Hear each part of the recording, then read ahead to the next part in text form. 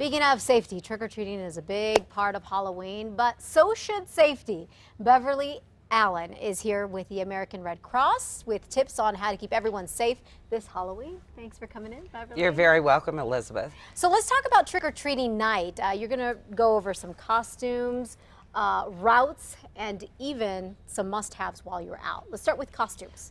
With costumes, make sure they're flame retardant.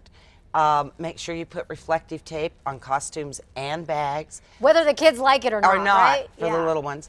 Make sure there's always a responsible adult with the kids trick-or-treating and have flashlights. Flashlights is a good one too, because even though you go out, or some of you might be going out a little bit earlier, it gets dark really quick. I mean, once you're out, you know, if you step foot, like around 7, by 7:30, it's already starting to get dark. It's already full dark. Yeah. Okay, good. Now, if you're at home and you're welcoming the ghosts and goblins, there's stuff that you can do to keep everyone safe as well. Right. We advise people make sure you sweep the leaves off your porch. I was reading that information this morning and thought, I have leaves all over my porch. Yeah, I think a lot of us do. Get the leaves or any obstructions, your jack-o'-lanterns, move them out of the way. If you're going to let trick-or-treaters come to your house, turn on your porch light and make sure you restrain your pets so they don't get away and they don't frighten the trick-or-treaters. Yeah. And then we advise trick-or-treaters not to ever go inside anyone's home. No, just right at the door. And that's it. That's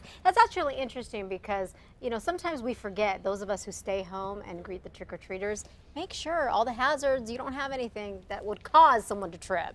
That's Speaking correct. of tripping, a lot of kids, you know, the costumes, there's masks. What do folks need to know about masks? Best thing about that is avoid masks because they impede your vision. Use theatrical or face paint, use makeup. It's better, it's safer. Yeah.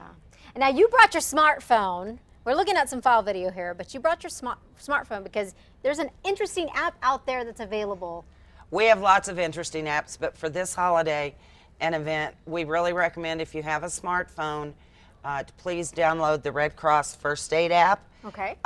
It has tips on everything from allergies and anaphylaxis to heat stroke, which I don't think we'll worry about tomorrow night. No, not but tomorrow. You can get it on the iStore or Google Play. Yeah, and you can find these Halloween safety tips through that app. Well, no, the Halloween safety tips would be at redcross.org. Okay, .org. So. But that's a good app to know, to just have. Just right, for it's a first aid kit in overall your hand. safety. It's a first aid kit in your hand. All right.